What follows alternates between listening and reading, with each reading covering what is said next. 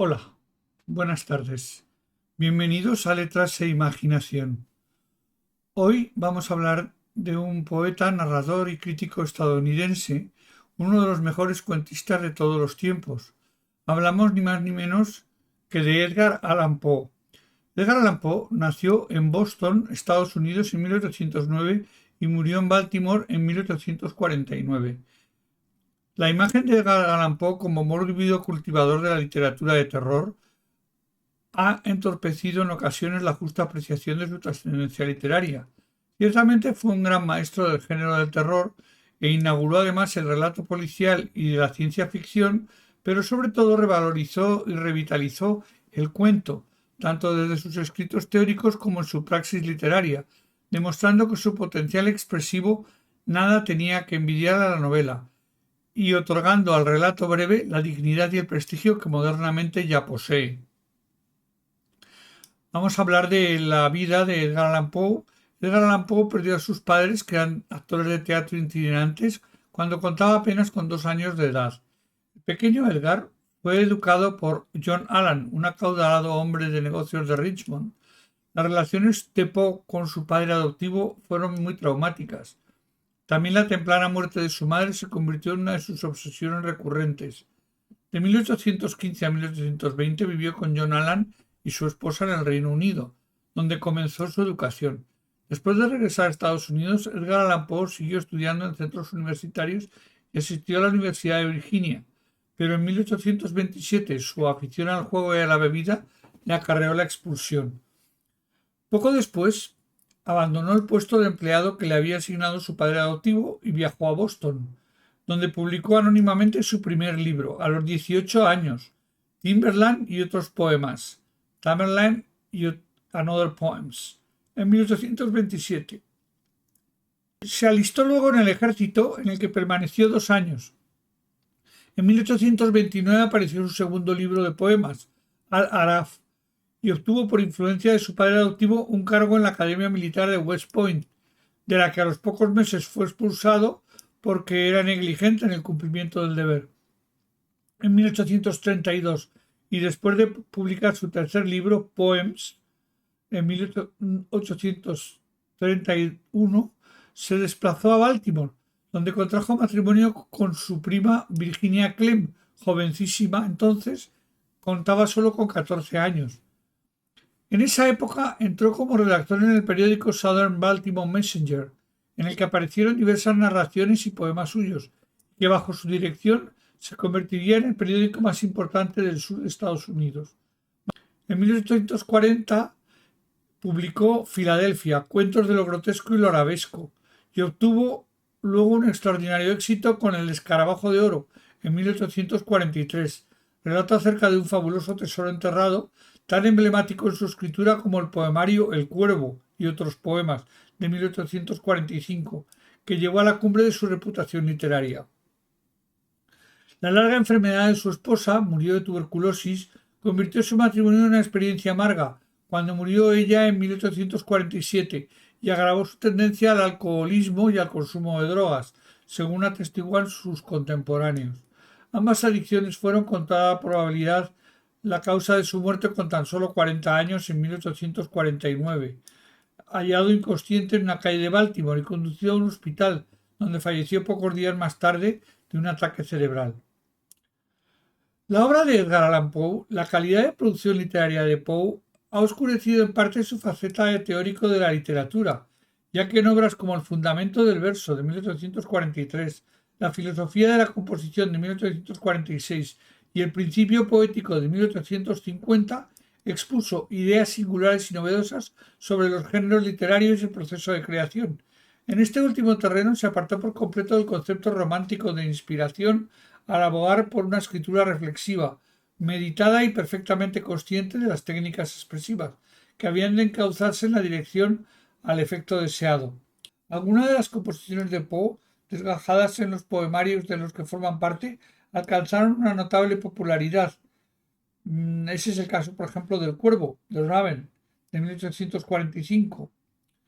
También Las campanas, de Bells, de 1849.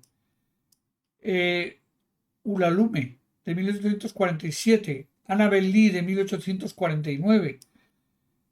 Los cuentos de Poe. Dejando a un lado los poemas, vamos a hablar de sus cuentos.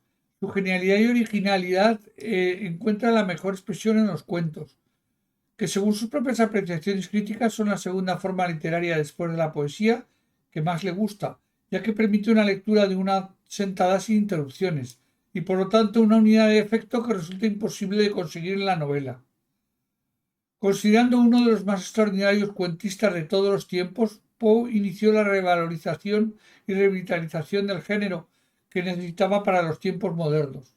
Publicados bajo el título de Cuentos de lo grotesco y lo arabesco, Tales of the Grotesque and Arabesque, en 1840, aunque hubo nuevas recopilaciones en el 43 y en el 45, la mayoría se desarrolla en un ambiente gótico y siniestro, y basó su estilo en una atmósfera opresiva que crea desde el principio, el desarrollo y el final. Así ocurre con La caída de la casa Usher, The Fall of the House Usher. Es un cuento sobrenatural simbolista en el que el narrador asiste a los últimos días de un antiguo amigo, hipersensible y atormentado aristócrata, Rodrigo Usher. Durante su estancia fallece la hermana de Usher, que estaba gravemente enferma, y la entierran en una cripta subterránea. Una semana después, la hermana reaparece para caer sobre el ya delirante Usher, pareciendo ambos, y tras la huida del narrador, la casa misma que se derrumba sobre el estanque. La colección posterior Historias de 1845, el francés Belaur la tituló Historias extraordinarias, denominación que pasó a las traducciones españolas como Narraciones extraordinarias.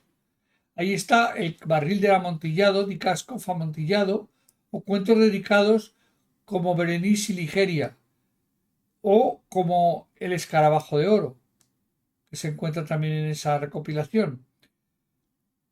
También ahí están 3 cuentos protagonizados por Augusto Dupin, que sentaron las bases del género policíaco. Y el primero de los cuentos, Los crímenes de la calle Morgue, de Murders of the Rue Morgue, se ha considerado con toda la razón como el fundador de la novela policíaca y de misterio. Dupin, asimismo, es también el protagonista del misterio de Marie Roget y de La carta robada.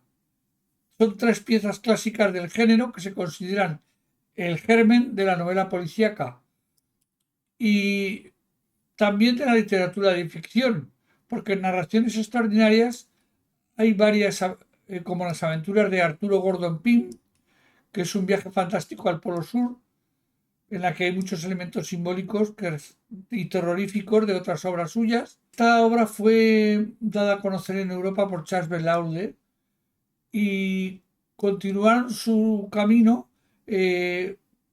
escritores de prestigio como Julio Verne, H.P. Lovecraft o Arthur Conan Doyle. En general, su magisterio ha sido reconocido por todos los cultivadores del cuento moderno, desde Guy de Maupassant hasta Jorge Luis Borges y Julio Cortázar, quien, como ya os he dicho, realizó una soberbia traducción de sus obras.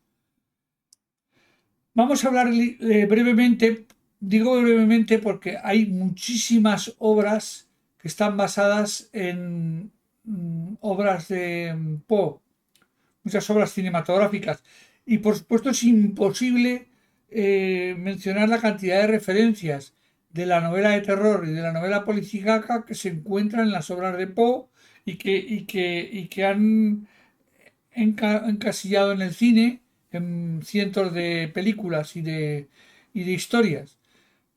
Lo más relevante podría ser de lo más moderno a lo más antiguo. Tenemos La caída de la casa Usher de 2023 que acaba de hacer Netflix con un éxito relativo. No acaba de cuadrarme a mí. Es que Netflix mete mucho presupuesto, pero a veces no son del todo redondas sus producciones. El guardián del faro de 2016 es una versión con Vernon Wells y Rachel Riley. Asylum, el experimento de 2014 con Kate Beckinsale, Michael Caine y Ben Kingsley. El enigma del cuervo de 2012, El cuervo con John Cusack. La tumba de Ligeria de 1964 de Robert Corman con Vincent Price. Vincent Price se hizo fue un actor fetiche que se especializó en representar obras de Poe.